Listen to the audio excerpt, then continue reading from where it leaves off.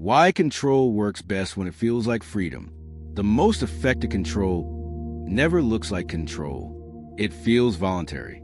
It feels natural. This matters today because modern systems cannot be ruled through force without breaking. Markets are too complex, too fast, and too interconnected to obey rigid commands.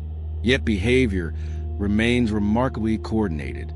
People move in similar directions, adopt similar strategies, and respond to pressure in predictable ways without being told to. That coordination is not accidental. To understand it, we have to separate freedom from randomness. Freedom does not mean absence of structure. It means choice within boundaries that feel reasonable. When those boundaries are well designed, people follow them willingly. Control disappears into the environment itself. The most successful systems of coordination are those where participants cannot distinguish between their own preferences and the preferences the system was designed to produce. London learned this early. The city discovered that guiding behavior was far more effective than directing it. Instead of issuing orders, it shaped incentives.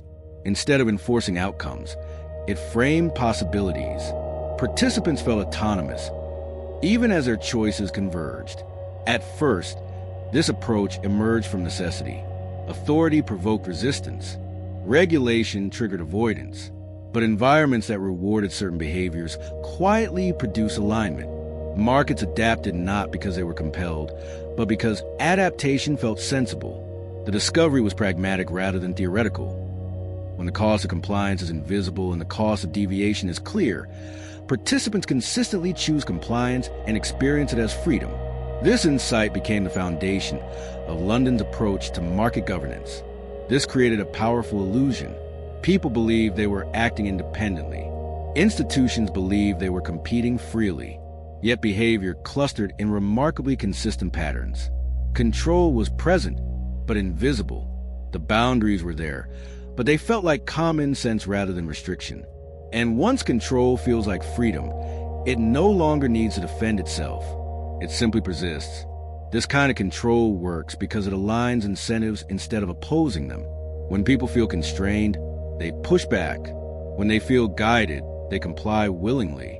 London learned that markets respond best when the environment rewards desired behavior rather than punishes deviation. Risk is not eliminated. It is priced. Speed is not banned. It is bounded. Freedom remains, but only inside a structure that quietly shapes outcomes. Participants adapt quickly to these conditions. They internalize limits. They adjust strategies. Over time, behavior stabilizes not because of fear, but because alternatives become less attractive. The system does not say no. It simply makes some choices easier than others.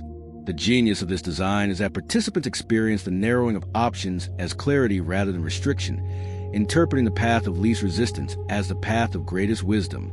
This creates deep coordination. Institutions pursue profit, yet arrive at similar conclusions. Strategies differ in detail, but converge in direction.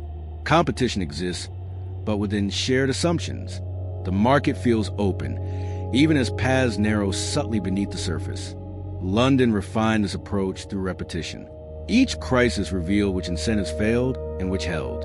Each adjustment made the environment slightly more persuasive. Control became less visible with every iteration. What once required oversight now required only expectation. The evolution was cumulative, with each generation of market participants inheriting an environment that felt more natural and less designed than it actually was, until a distinction between the two dissolved entirely. But this subtlety carries risk. When control hides too well, participants forget it exists. They mistake boundaries for natural law. They assume freedom is unlimited because resistance is absent.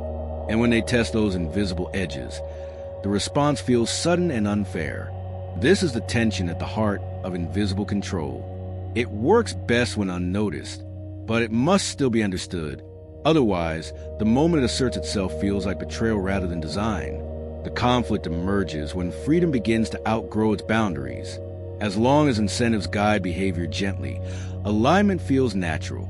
But over time, participants push further. They explore edges. They test limits that were never meant to be visible.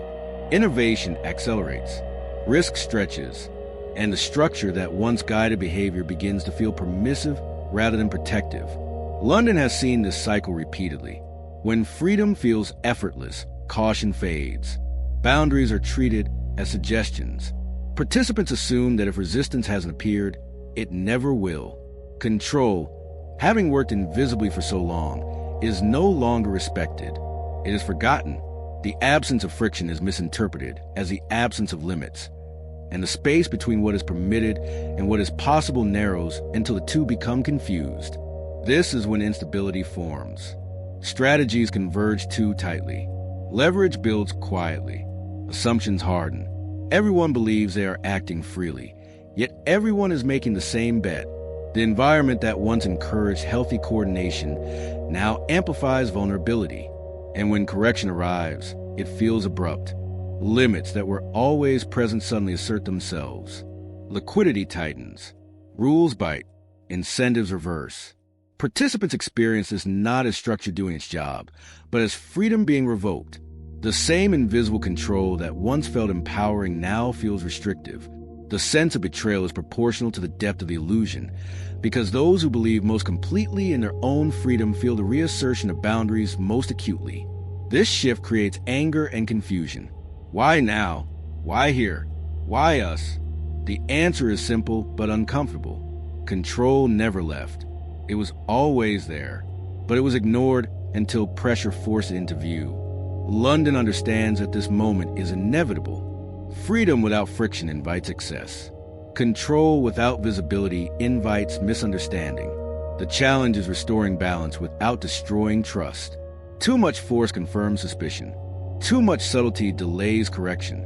And navigating this tension becomes the true test of systems built on invisible control. The climax arrives when control reasserts itself without breaking the illusion of freedom. The boundaries tighten, options narrow, and behavior realigns. Not because participants are forced, but because the environment has shifted just enough to make old choices unattractive. What felt like unlimited freedom becomes structured again. Risk is repriced. Incentives change. And alignment returns without confrontation. This is the resolution of control that feels like freedom. London does not remove choice. It reshapes consequence. Participants still decide for themselves, but the system reminds them where the edges lie. Stability returns not through command, but through recalibration. Those who adapt early regain confidence. Those who resist feel pressure until adjustment becomes inevitable. The lesson is precise. Control works best when it is invisible. Freedom works best when it is bounded. And systems survive longest when people believe they are choosing their path, even when the path has been carefully designed. This balance is fragile, but powerful, because when control feels like freedom, resistance disappears. Behavior aligns voluntarily, and order sustains itself without ever needing to announce who is in charge. So the question remains, if freedom is shaped by invisible boundaries, how often are we choosing? And how often are we simply adapting? Subscribe to join the journey. Why